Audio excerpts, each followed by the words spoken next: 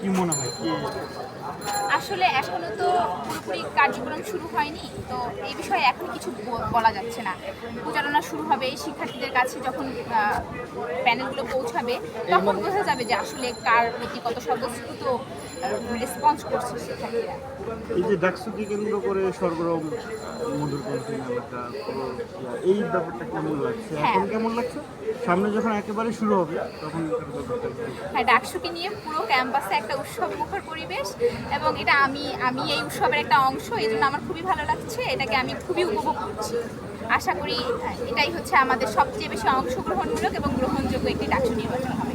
অনেকে বলছে level playing ফিল্ডটা নেই, আপনার কি তাই মনে হয় না একজন প্রার্থী হিসেবে? আসলে এখনই এই বিষয়টা মন্তব্য করা যাচ্ছে না, তবে নারী শিক্ষার্থী এবং পুরুষ শিক্ষার্থী হিসাবে যদি আমি বিবেচনা করি, প্রার্থী হিসাবে নারী পুরুষ প্রার্থী হিসাবে, সেক্ষেত্রে পুরুষেরা মানে পুরুষ শিক্ষার্থীরা বা ছেলে শিক্ষার্থীরা অবশ্যই এগিয়ে আছে। তারা বিভিন্ন হলে ঢোকার সুবিধাটা পাচ্ছে, হলে ঢুকে তারা 1-to-1 মানুষকে কানেক্ট করতে পারছে, তার জুনিয়র সিনিয়রদের সাথে দেখা করার সুযোগটা পাচ্ছে, যেই সুযোগটা নারী শিক্ষার্থীরা পাচ্ছে না। তারা এক হল থেকে অন্য হলে ঢুকতে পারছে না, এবং হচ্ছে তারা এই দিক থেকে কিছুটা পিছিয়ে আছে। এছাড়া হচ্ছে গিয়ে মেয়েদেরকে হলে 10টা থেকে 11টার মধ্যে ঢুকতে হয়, যেটা ছেলেদের করতে হয় না। তো সেই ক্ষেত্রে মেয়েরা হচ্ছে লেভেল প্লেইং ফিল্ডটা নিয়ে একটু সংকীর্ণ।